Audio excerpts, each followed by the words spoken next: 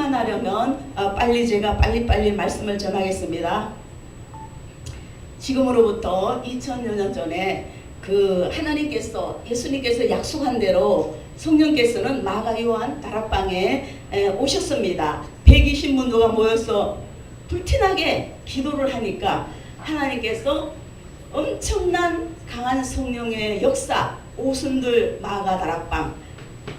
그래서 이 사건을 통해서 제자들은 모든 삶이 180도로 바뀌고 다 막 뒤집어지는 역사가 일어난 겁니다. 아멘. 엄청난 겁니다. 아멘. 그 당시 상상만 해도 막 엄청나죠.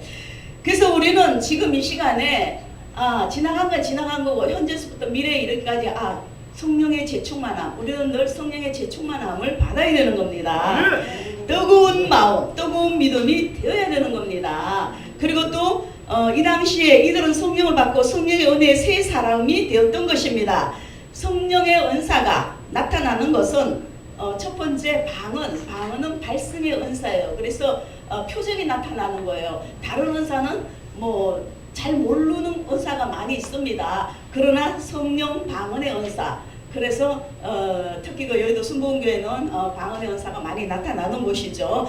방언은 발성의 은사, 소리가 나기 때문에 표적을 쉽게 알 수 있습니다. 방언을 못해도 성령을 받은 사람이 많습니다. 방언 못했다고 성령 못 받은 거 아닙니다. 아멘. 본문의 방언은 각 나라의 말을 가리키지만 고린도전서 12장 10절의 방언은 어떤 나라의 말이라기보다 세상 사람들이 결코 알아들을 수 없는 방언이었습니다. 사도행전 본문의 방언은 예루살렘에 있는 모든 사람들에게 증거의 기능을 갖고 있으며 또한 하나님의 큰일을 보여주는 기능을 갖고 있습니다. 자, 그럼 첫 번째 방언을 했습니다. 사도 바울은 은사를 나열하면서 방언 통역과 함께 마지막에 언급했습니다. 또 영적 깨달음에 대한 것은 예수님께서 성령의 역사에 대해서 말씀하실 때 이미 예언하셨던 겁니다. 우리가 신약 성경을 보면은 예수님이 엄청난 예언을 하셨어요. 거의 다 예언으로 이루어진 겁니다. 알고 보면은 성령 받기 전에 제자들은 예수님께서 교훈하신 바를 잘 이해를 못했습니다. 그러나 성령이 임하심으로 제자들은 영적인 비밀에 대한 것을 깨달았습니다. 이렇게 하나님 은혜에 사로잡혀서 우리가 사는 것도 성령께서 역사하시기 때문에 그래요. 성령께서 역사하지 않으면 인간의 그 본성이 그대로 다 드러나는 겁니다. 베드로가 설교 중에 구약 성경을 인용한다는 것은 바로 영적으로 깨달았기 때문입니다. 무식한 어부였지만 그래도 베드로는 갈릴리 대학 어부학과를 졸업했어요. 그리고 베드로는 실천신학을 한 사람입니다. 예수님의 말씀에 얼굴에 침이 튀기는 그런 것을 감당하면서 3년 반이나 다녔던 것입니다. 그러니까 베드로는 제대로 주님께로부터 받아서 제대로 실천신학 공부를 했던 사람입니다. 그 당시 의심하고 조롱하는 사람들 앞에서 베드로의 설교는 매우 논리적이면서도 힘이 있어서 듣는 사람들의 마음을 감동케 했습니다. 또 두 번째, 용기가 생겼어요. 용기가 생겼습니다. 예수님께서 잡히시던 날 밤에 제자들은 모두 도망을 가버렸어요. 특히 베드로는 주님을 버리지 않겠다고 호언장담을 했어요. 3번이나 그렇게 해놔놓고 부인을 했습니다. 아마도 제자들은 예수님을 추종했다는 이유로 사내들인에 끌려가게 되는 것을 두려워했던 것입니다.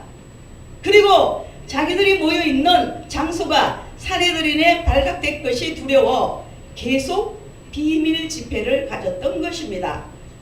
그러나 성령 받은 이후로는 두려움이 사라졌어요. 우리가 굉장히 강하고 담대하잖아요. 응? 하나님 빼끌어온 너가 막 탄탄하잖아. 그냥 누가 뭐라 그래도. 할렐루야! 아멘. 예수를 전하지 않고는 견딜 수 없게 되었습니다. 성령을 받고 나니까.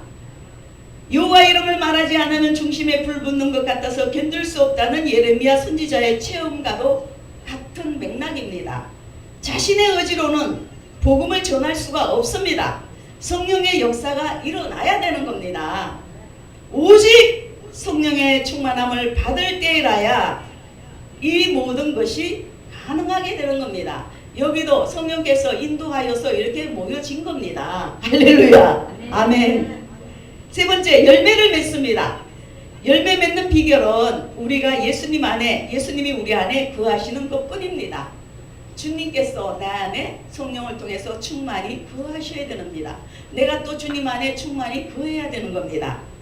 주님께서 우리 안에 거하심을, 성령의 충만함을 말하는 겁니다. 성령의 충만함을 체험하지 못한 사람은 결코 열매를 맺지 못하는 겁니다. 갈라디아서 5장 22절로 23절에 사랑, 희락, 화평, 오래 참음, 자비, 양선, 충성, 온유, 절제, 이러한 성령의 열매를 저절로 맺어야 되는 겁니다. 이러한 성령의 열매가 없으면 이거는 성령의 사람이라고 볼 수가 없습니다. 여기에 한두 가지라도 몇 가지라도 나타나야 되는 겁니다. 할렐루야!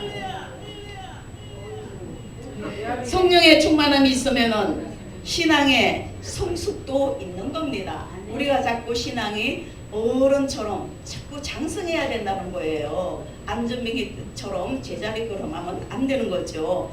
또한 우리는 인성교육, 세상 살아가는 교육, 학문적인 교육, 가정교육 다 희중합니다.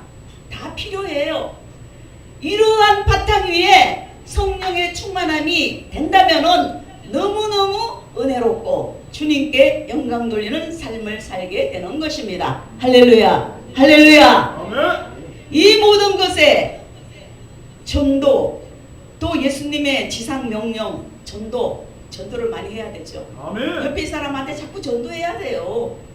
때를 얻든지 못 얻든지.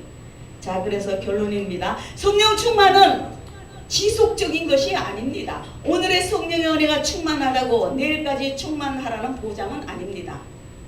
죄와 더불어 이 세상을 살아가기 때문에 심령이 무뎌져서 상실할 수도 있습니다.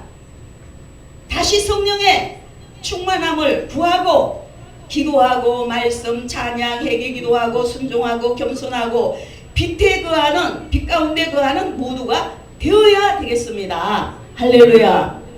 그래서 빛의 열매는 에베소서 5장 9절, 빛의 열매는 착하고, 모든 착하고 의롭고 진실함, 이것이 빛의 열매입니다. 항상 주님의 은혜와 축복이 함께 하시기를 예수님 이름으로 축원드립니다.